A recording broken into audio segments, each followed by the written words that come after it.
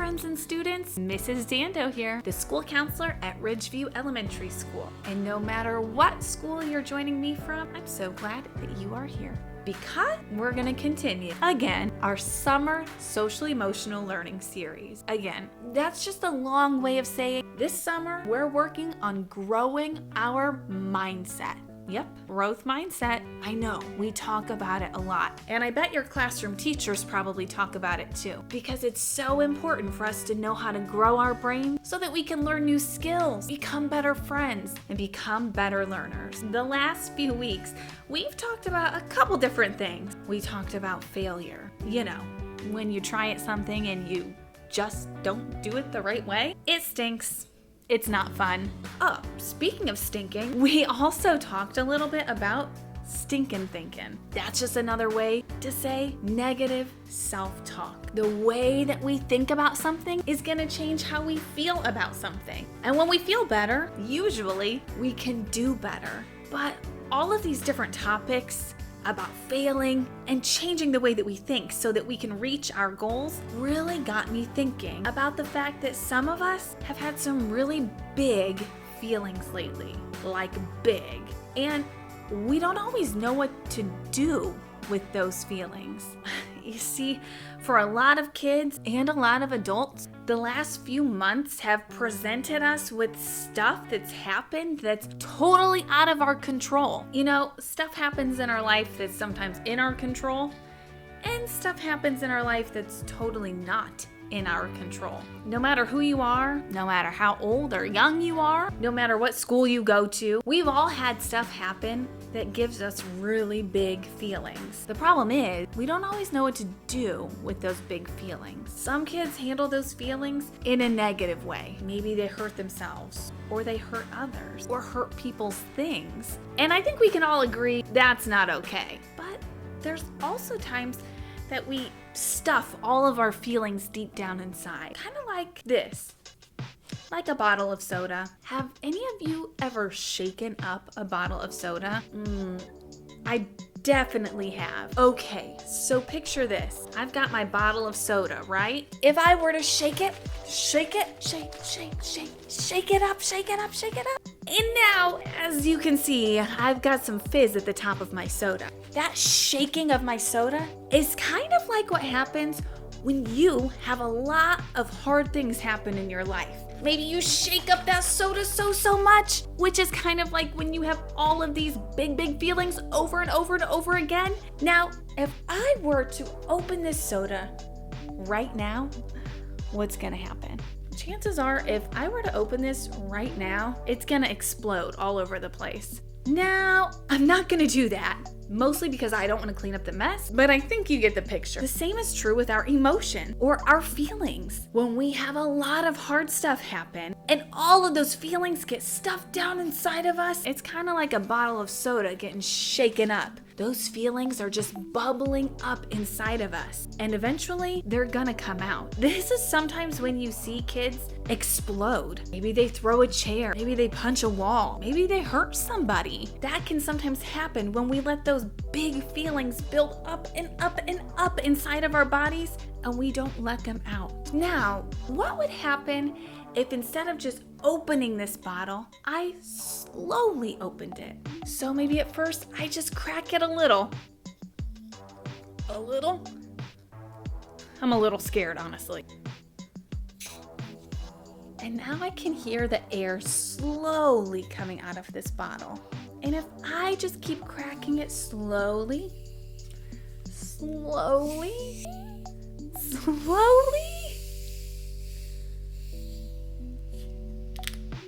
I can open up this bottle and let out my feelings without exploding all over the place. Ooh, I don't like orange soda. The same is true for your feelings and emotions. We need to find ways to slowly let those feelings out so that we don't explode all over the place, so we don't lose it on people. Maybe we're stuffing down feelings of anger, feelings of sadness, feelings of loneliness, feelings of grief, feelings of being scared. The more we stuff down those feelings, the more shaken up we get inside. We've got to let those feelings out slowly. And we do that with coping skills. A coping skill is just a way that we express or let out some of our feelings. Now, there are some healthy ways to let out our feelings, and there are some really unhealthy ways to let out our feelings too. But we've got to develop or think of or decide on some healthy coping skills so that we can let those feelings out and not explode all over the place. One of my favorite ways to express feelings is just by talking. Hey, mom, dad, aunt, uncle, grandma, grandpa, teacher, counselor, grown-up that I trust. I feel sad. I need. What do you need? Do you need a hug? Do you need a shoulder to cry on? Do you need a safe, calm space? This is a way to let an adult or a person that you trust know what it is that you need. This is an appropriate way to express how you're feeling. Talk it out. Some of you might even be old enough to have friends that you can talk it out with. Hey, bestie, I feel angry. I need some alone time. That's okay to let them know that. Ask for help. Listen, sometimes we've got big feelings, big situations that we don't know what to do with. One way to let your feelings out, to cope, is to ask somebody for help. You might remember months ago, we talked about our circle of support. Those are the people in your life who you know you can count on, who you know you can depend on to talk and ask questions to. Who was in your circle of support? If you don't remember, think about that now. Some people need to take a break. For some kids, when their feelings are building up and building up and building up, they need alone time. They need space to just calm down. They need a break, and that's okay. You can ask for one of those. So what are some things you can do while you take a break? Play with some fidgets. Do some kind of mental activity, like a Rubik's Cube, where you have to think really hard.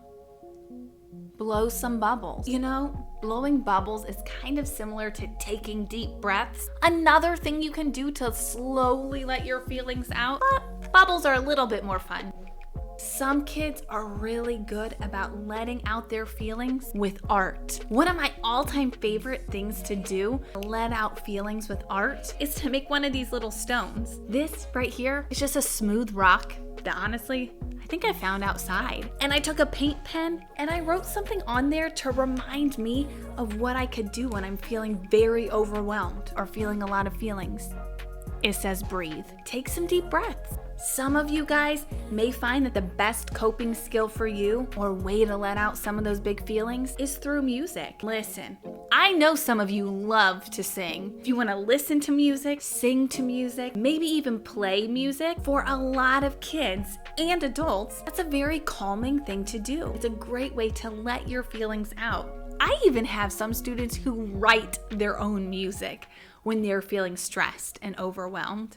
And lastly, one of my other favorite ways to calm and cope with big feelings, get active. Now listen, I'm not a sports person. I'm not the best athlete here, okay? But for a lot of kids, getting outside, running, playing their favorite sport, participating in their favorite game is a great way for them to slowly let those feelings out. No matter what coping skill that you choose though, I want you to remember how important it is to express what you're feeling with your words. Tell somebody in that circle of support exactly how you're feeling. And if you're not sure how to do that, you can go back a couple other videos and learn exactly how to say an I message. Now listen, I want us to also understand that we need to do our best to avoid unhealthy ways of expressing our feelings. Slamming doors, throwing things, having a tantrum.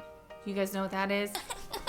Kind of like that. Calling people names. It's gonna add to your stress. It's gonna make things worse. So maybe after this video, you and your class, you and your adult at home, or maybe just you by yourself, think of 3 things that you can do that help you let out some of your big feelings. We don't just want to stuff those uncomfortable feelings down inside of us. The more we do that, the more likely we are to eventually explode on someone. It's so important for us to think of some healthy ways for us to slowly let those feelings out. And if you can't think of any and you want some help thinking of some, you know who to come see. Well, that's all the time that we have today. And remember, you belong, you matter, and you are worthy. See you guys.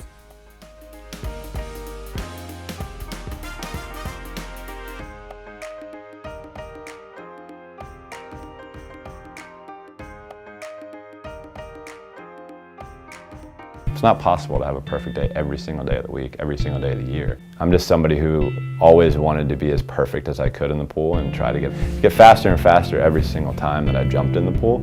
So for me, I was extremely just hard on myself that no amount of pressure or fear could ever top what I was doing to myself to prepare myself mentally to get to that point. I could go back to 2012 and say it was a terrible Olympics, and people were like, you won 6 medals. Like, what are you talking about? Like, no, it was awful. Like, in my opinion, it wasn't good. I mean, I wasn't in a good mental, frame of mind. I basically almost really thought it was a job more than anything else, and I just had to do it to get through it because I was obligated to. I didn't want to. I had no desire to be there. Kind of being semi-lost in a way, and those 4 years were a major struggle for me, and I just wanted to try to do the bare minimum that I could to get by, and that's what I did. I mean, I was somebody who had no self-confidence, no self-love. I looked at myself as just a swimmer, and that was it. So I didn't really know or show who I really was as a person, and nobody really saw that. I think I kind of had to go through a couple things that helped me just open up and talk about things that had been bothering me for so long, that I carried through my whole entire life. And that was a struggle, but I wanted to do it. For me, I almost wanted to find a different path to take to give myself a chance to be able to get stronger and to be able to have the tools and the resources to be able to move through these things and ask for help when I needed. And that was something that significantly changed my life. And now, still today, it's not every day that's super easy for me. I still have struggles. But I now have the tools and the resources to learn and to go through these struggles and to help others as well. One thing that I still do today is I just communicate. I was really good at throwing it so far down where I didn't have to deal with it. I didn't have to talk about it. I didn't have to uncover it. And I would just go through life and I would just keep shoving it down farther and farther and farther until I got to the point where I just blew up. And that's not healthy and it's not safe. For me, I just understand that if I am having a bad day or if I'm going through a tough time, I know to ask a question. I've come to be able to accept any answer that I'm given. I think that's something that's so important that all of us can do better. For me, when I start isolating myself and shutting other people out, that's a sign that I'm going to need to talk about whatever is going on in my life to be able to push through it and to be able to learn on how to deal with it in the future. This is all just a whole learning process for me that's never going to stop. This is going to be something that's going to be with me forever. And now I'm able to have the tools to be able to help me get through whatever is brought to me.